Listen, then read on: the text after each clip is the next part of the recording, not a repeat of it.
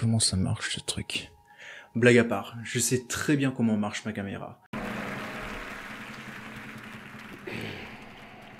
And the Oscar goes to John DV. Mais ce que je savais pas, c'était comment débuter cette vidéo. Comment faire pour vous amener à vous intéresser à ce que je vais faire ou ce que je vais dire au cours de cette vidéo. Et c'est entre autres à ça que sert une bande-annonce, trailer ou teaser. Appelez-le comme vous voulez. Mais le but de l'industrie est d'attirer votre attention. C'est ce qui vous fera saliver devant ce long métrage. Ou, et c'est là que c'est dommage, perdre tout intérêt ou respect pour cette œuvre. Bienvenue sur la chaîne du Cinéchant en compagnie de Jean-Luc, moi-même. Il est vrai que j'adore les courts-métrages. Et je parie que vous adorez ça aussi. Et cette fois, c'est non pas une bande-annonce qui a retenu mon attention, mais un teaser.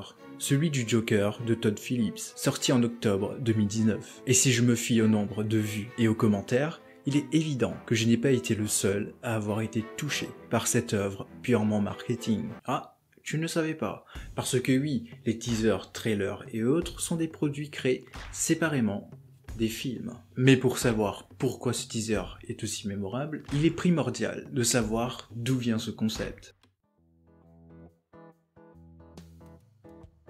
Le terme trailer est inventé à Chicago en 1913, initialement créé pour redonner envie aux téléspectateurs de venir voir chaque semaine une série nommée Les Aventures de Kathleen. Cette idée inventée par Monsieur Cole William Selig chaque semaine avant un épisode. Il postait dans un journal une suspense de l'histoire qui permettait aux téléspectateurs d'avoir un aperçu de l'épisode à venir. Ce procédé est aujourd'hui utilisé dans l'intégralité des films et séries. On le connaît sous le nom de cliffhanger.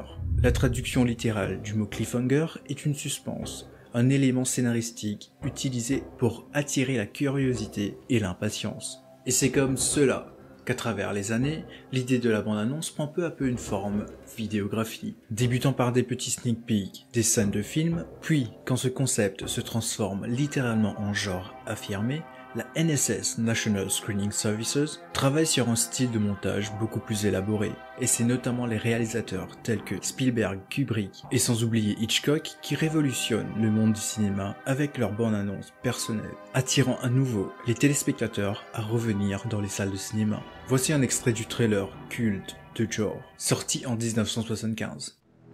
There is a creature alive today who has survived millions of years of evolution. Without change, without passion, and without logic. It lives to kill.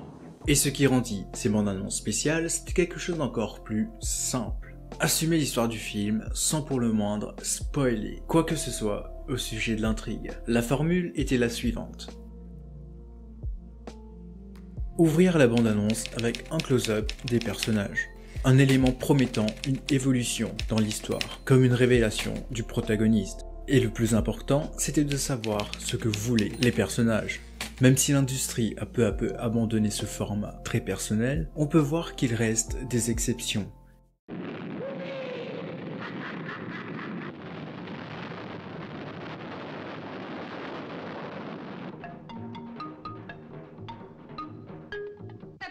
Russia.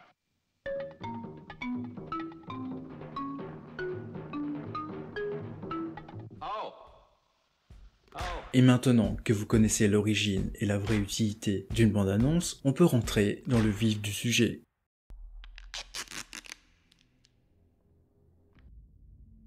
Arthur, does it help to have someone to talk to?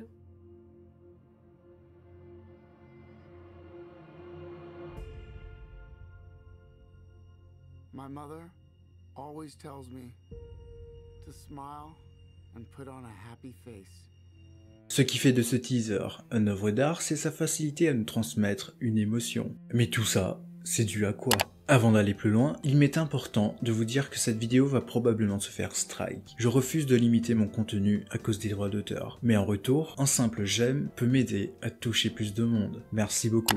Dès les premières secondes de la bande-annonce, on s'aperçoit tout de suite que ce film est un character study, c'est-à-dire que tout sera centré autour de ce Arthur Fleck. Sa vie, son quotidien et son besoin d'exister. Le teaser reprend tous les points de la formule précédente. Et ce qui accentue une impression distordue, c'est la chanson de Jimmy Durante, Smile, qui accompagne le teaser à la perfection. Et si je devrais prendre exemple sur les nombreuses bandes annonces de blockbuster,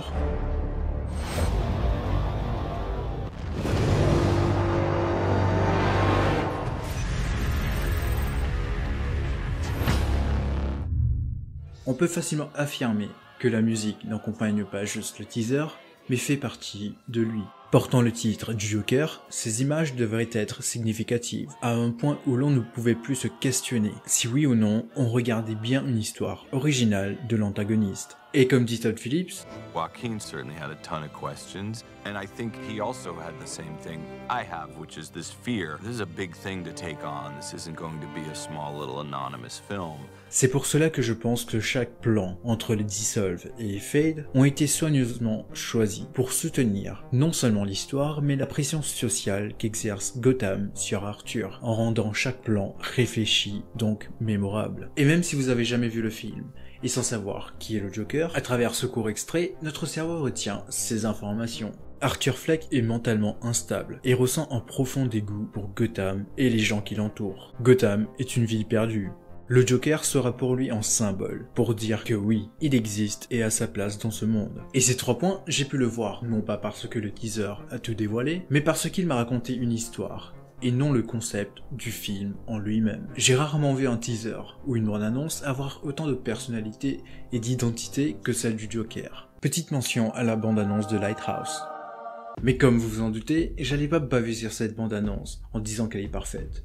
Loin de là. Mais je voulais rendre hommage à ce petit chef-d'œuvre de Todd Phillips. Et c'est pas parce qu'il existe une formule pour faire des bandes annonces qu'il n'en existe pas des mauvaises. Il y en a même à chier. D'ailleurs, Netflix en a une flopée pour ses B-movies.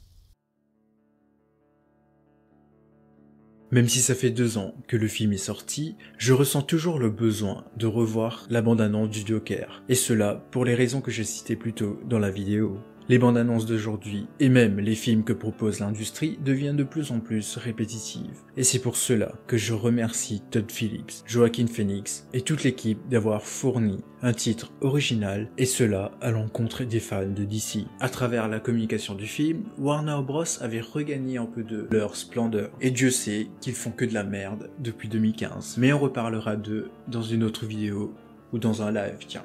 Ça faisait longtemps que j'avais envie de parler de la bande-annonce du Joker, et j'espère que ça vous a fait plaisir. Et c'est la fin de cette petite vidéo.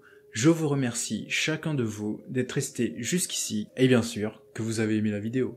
C'est effectivement la première fois que je fais ce style de vidéo. C'est vrai que je fais des vidéos qui n'intéressent que moi.